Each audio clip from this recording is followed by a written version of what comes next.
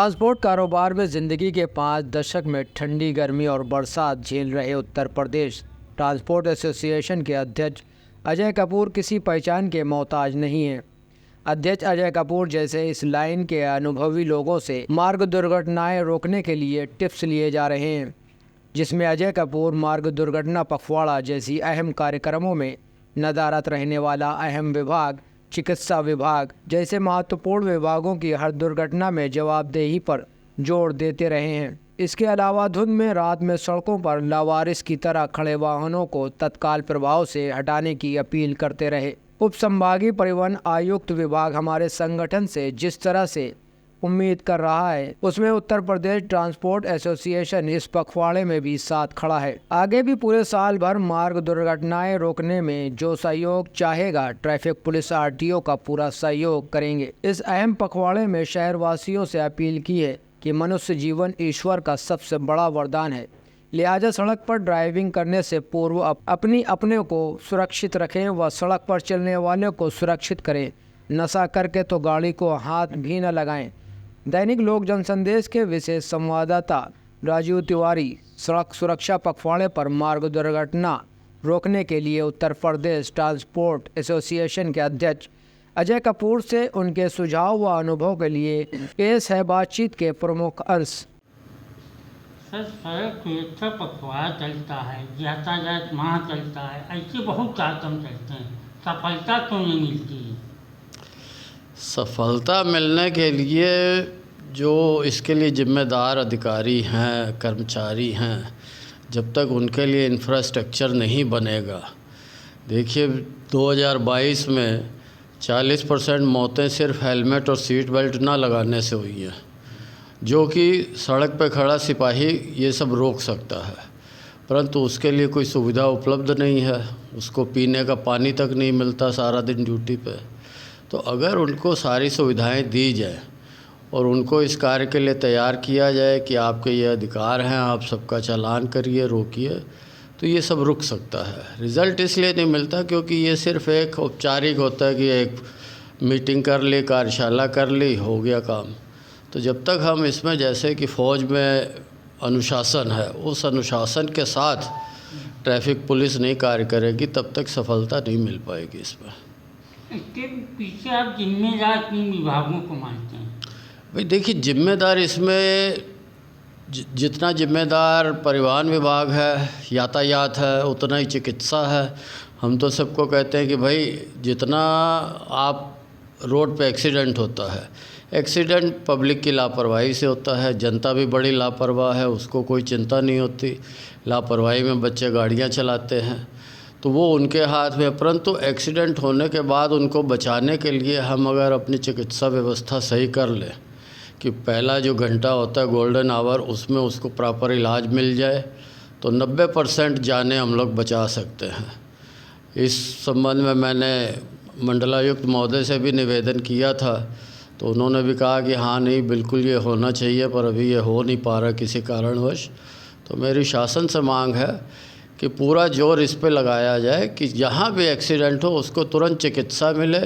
ये ना हो कि वो CHC ले गए, CHC से उर्सला में रेफ़र कर दिया, उर्सला से हैलेट में रेफ़र कर दिया। तो अधिकांश मौतें इसी वजह से होती हैं कि 4-4 घंटे 6-6 घंटे उस व्यक्ति को घुमाया जाता है, जिसमें वो दम तोड़ देता है।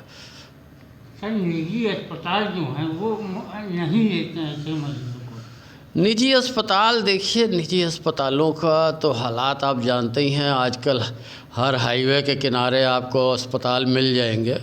वो अस्पताल सिर्फ पैसा लूटने के लिए हैं और वो कोई बर्दाश्त नहीं कर पाता। उनका उद्देश्य यही है कि दुर्घटना हो और हमारे यहाँ आदमी आ जाए, परंतु उनके यहाँ पर्याप्त व्यवस्था नहीं होती, कोई सुविधाएं नहीं होती, और उनको पुलिस के डर की वजह से कोई लोग वहाँ ले जाना भी नहीं चाहते। तो इसलिए सरकार को ही इस दिशा में आगे कदम बढ़ाना होगा।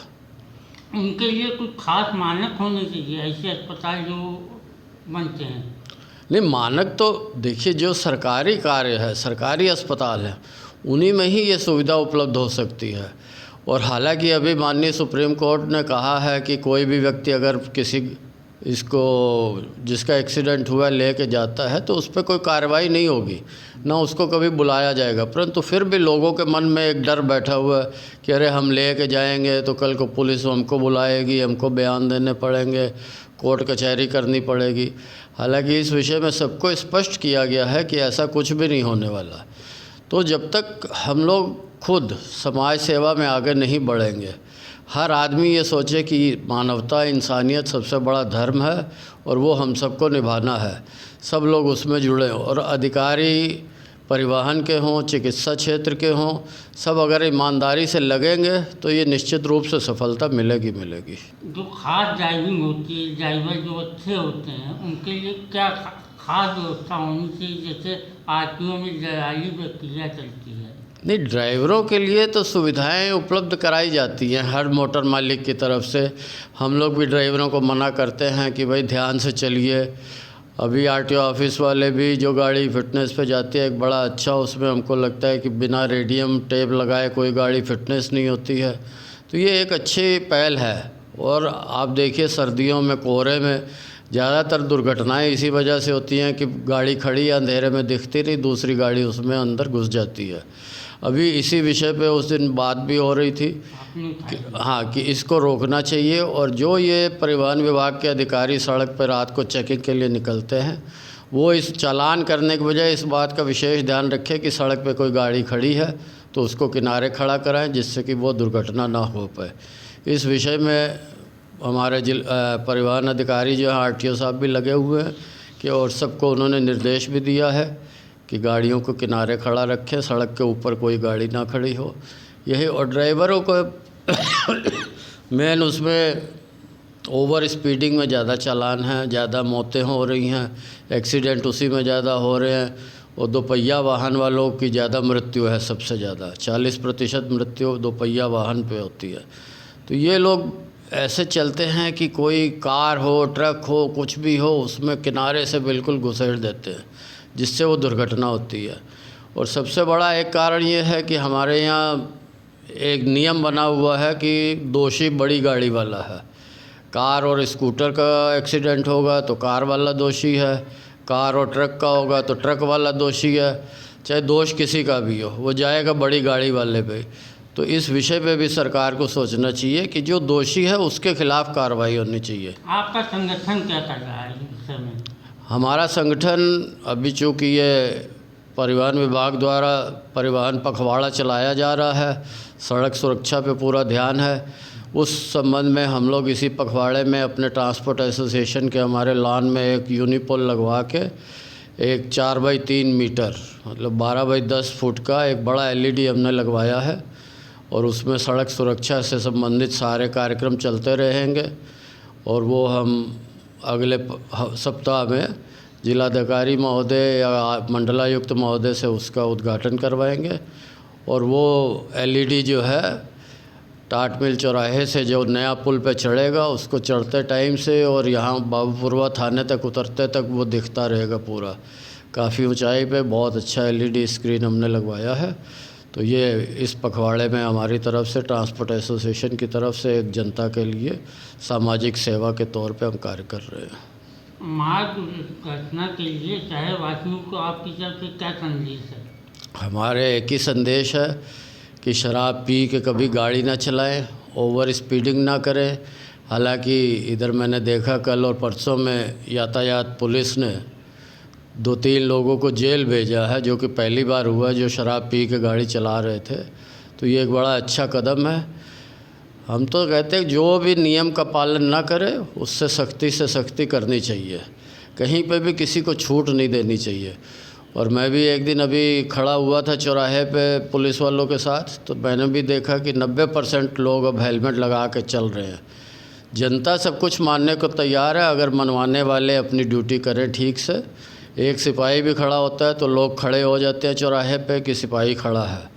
तो अगर वो अपनी ड्यूटी सही से करते हैं, उनको सारी सुविधाएं मिलती हैं, तो ट्रैफिक को सही किया जा सकता है, उसमें कोई समस्या नहीं है। और दोपहिया वाहन चालकों को ख़ास तौर से जो कि गाड़ी कहीं से भी ला के कहीं भी घुसेड़ देते हैं और उससे अक्सर दुर्घटना हो जाती है। तो इस तरफ हमको सीट बेल्ट और हेलमेट ध्यान देना पड़ेगा कि सब उसी हिसाब से चले, और ओवर स्पीडिंग और शराब पी के गाड़ी चलाना, इसको सबको रोकना पड़ेगा। मैं